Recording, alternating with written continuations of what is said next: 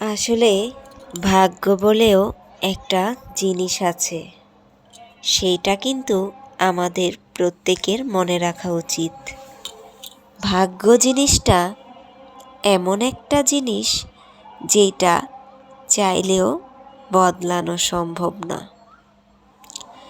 আমাদের জামা কাপড় পুরাতন হলে আমরা বদলাতে পারি, আমাদের কোনো কিছু ভালো না লাগলে বদলাতে পারি, কিন্তু কিছু জিনিস বদলানো যায় না।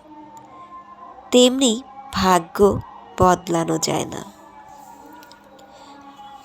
আমরা অনেক সময় অনেক কিছু নিয়ে সৃষ্টিকর্তার উপর অভিমান করে থাকি। আমার এটা নেই, বা আমার কেন এটা হলো না, বা অন্যের এটা আছে আমার এইটা নেই। নানান রকম ভাবনা থেকে আমাদের মনে নানান রকম কষ্টের জন্ম হয়। কিন্তু একটা জিনিস চরম সত্যি, যার ভাগ্যে যতটুকু নির্ধারণ করা আছে সে ঠিক ততটুকুই পাবে। হোক সেটা ভালোবাসা, হোক সেটা দুঃখ, হোক সেটা কষ্ট, হোক সেটা সুখ, বা যাই দুঃখ, কষ্ট, সুখ, যন্ত্রণা যাই বলেন না কেন, সব কিছুই কিন্তু ওই একজনের হাতে নির্ধারিত। এই সব কিছু নিয়েই মানুষের ভাগ্য। কারো সব আছে, কোনো কিছুর কমতি নেই।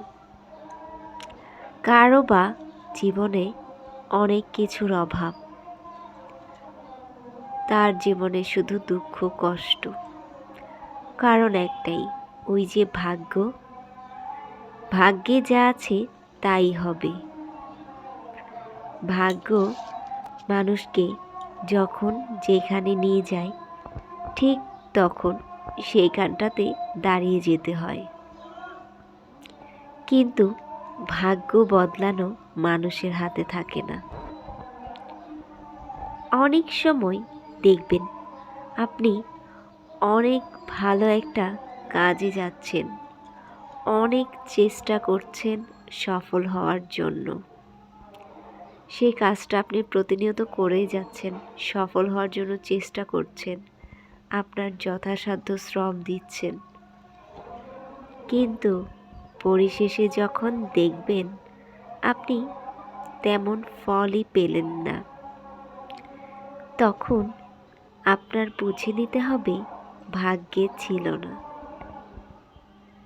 তাই ভাগ্য জিনিসটা বড়ই অদ্ভুত।